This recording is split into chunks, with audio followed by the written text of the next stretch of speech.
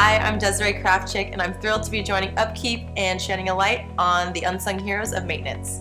All right, well, thanks so much for joining us here in the UpKeep office. Could you share a little bit more about your story and how you got into tennis? Tennis has always been a part of my life. I grew up playing it. My dad started me off with playing tennis, and he played as well, and then I kind of followed him to the courts every single morning when he played. So I had my first racket when I was 2 and just kind of loved it ever since. And then from there on, I played in high school, played around the world, nationals around the US as well. It still is really surreal to believe that I just won my 4th, Grand Slam mixed title.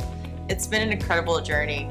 I think there's just so much behind it, that people don't realize, but there's just so much grit and hard work that you have to put in and day out. And when I was playing in the juniors, I traveled to Carson, California to train at this amazing place, USTA. It was the pinnacle of, junior tennis and development and player development. So my dad thought, it was a great opportunity for me to kind of elevate my game and to get to playing the professionals. My parents sacrificed a lot, and I went homeschooled for that first year. For my junior year of high school, I went homeschooled. We did the drive Monday to Friday. We stayed in a hotel those 5 days, practiced 2 hours in the morning, gym, lunch, 2 hours in the afternoon, gym again, and did it every week. Who are some of the unsung heroes that have helped you get to where you are today?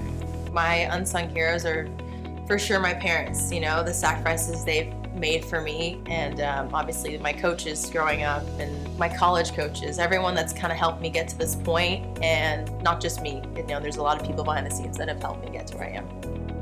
Being at these big events, seeing these grand facilities, I've had a more appreciation for the people behind the scenes, such as the technicians.